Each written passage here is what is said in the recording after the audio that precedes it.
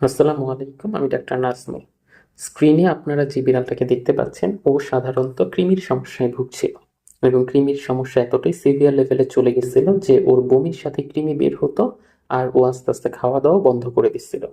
তো এইসব ক্ষেত্রে সাধারণত যদি খুব বেশি পরিমাণেও বমি থাকে প্লাস হচ্ছে পাতলা পায়খানা থাকে, তো ওই বমি বা পাতলা পায়খানা বন্ধ করার জন্য আপনারা নর্মালি মেডিসিন কন্টিনিউ করবেন।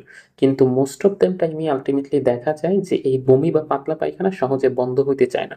সেক্ষেত্রে যদি হাতে অপশন না থাকে, তখন শুধুমাত্র আমরা ভেটরা ওর বডি কন্ডিশন হচ্ছে আগে দেখি ফিজিক্যাল এক্সামিনেশনের মাধ্যমে। দেখার পরে তারপরে হয়তো একদম প্রথম দিকে কৃমির ওষুধটা সাজেস্ট করে দিই। কিন্তু প্রথম টার্গেট আমাদের এটাই থাকে যে এই যে বমির মাধ্যমে অথবা পাতলা পটির মাধ্যমে বডি থেকে যে হিউজ অ্যামাউন্টের একটা পানি বের হয়ে যাচ্ছে, যেটাতে করে ও ডিহাইড্রেশনে ভোগার সম্ভাবনা আছে, এইটা আগে কিভাবে বন্ধ করা যায়। এবং বমির পরিমাণ যদি অনেক বেশি পরিমাণে হয়, তাহলে শুধু বমির ওই মুখের সিরাপ জাতীয় ওষুধে না থেকে তখন আপনাকে ইনজেক্টেবল ফর্মে ওষুধ দিতে হবে। দ্যাট মিন্স ইনজেকশন আকারে বমির ওষুধটা, মানে নির্ধারিত যেই ডোজ আছে ওর বয়স আর ওজন অনুসারে তার থেকে একটু বেশি পরিমাণে দিতে হবে। এবং এটা 12 ঘন্টা পর পরই হচ্ছে আপনাকে ইনজেক্ট করতে হবে। তাহলে দেখা যায় যে প্রাইমারি স্টেজে বমিটা বন্ধ হয়ে যায় আর আস্তে আস্তে হচ্ছে পাতলা পায়খানাটাও ওই ক্ষেত্রে বন্ধ হয় ওই ওষুধগুলা দেওয়ার ফলে। আর তারপরেই হচ্ছে আপনি ওকে যখন একটু সুস্থতার দিকে যাবে, তখনই হচ্ছে আপনি ওকে প্রপারলি কৃমিনাশকটা করায় ফেলবেন। করায় ফেললে দেখবেন যে আস্তে আস্তে ও একদম পুরো সুস্থ হয়ে গেছে। তো অনেকাংশেই অনেকে ভয় পায় যে এই বমি আর পাতলা পায়খানা দুইটার মধ্যেই কৃমির ওষুধ দেওয়া যাবে কিনা। তো প্রথম টার্গেট আমাদের এইটা থাকে যে বমিটা কোনোভাবে আমরা বন্ধ করব। বন্ধ করার পর পাতলা পায়খানাটাও কমানোর চেষ্টা করব।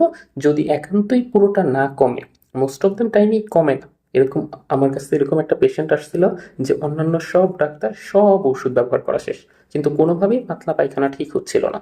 তখন আমি শুধু তাকে সাজেস্ট করলাম যে আপনি এই পাতলা পায়খানাটার মধ্যেই কৃমির ওষুধটা ইউজ করে ফেলেন, কারণ এই কৃমির থেকেই মূলত পাতলা পায়খানাটা তৈরি হচ্ছে। তো যতক্ষণ না আলটিমেটলি কৃমিগুলো পর্যাপ্ত পরিমাণে মারা যাচ্ছে, ততক্ষণ পর্যন্ত এই পাতলা পায়খানাটা থাকবেই। এটা অন্য কোনো মেডিসিনে ঠিক হবে না।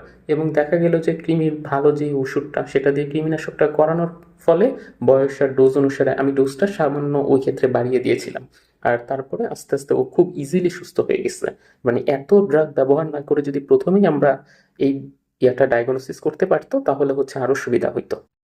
তো এইভাবে এই জন্যই সবসময় আপনাদেরকে বলি যে একজন অভিজ্ঞ রেজিস্টার্ড ভেটেরিনারিয়ানের পরামর্শ নেন, নিয়ে তারপর হচ্ছে সেইভাবে মেডিসিনগুলো কন্টিনিউ করেন। তাহলে আর সেক্ষেত্রে কোনো সমস্যা আপনাদেরকে ফেস করতে হবে না। এবং ওরাও দেখা যাবে যে ওদের যে মর্টালিটি বা মারা যাওয়ার যে সম্ভাবনাটা, সেটাও অনেকাংশে কমে যাবে। তো ধন্যবাদ সবাইকে।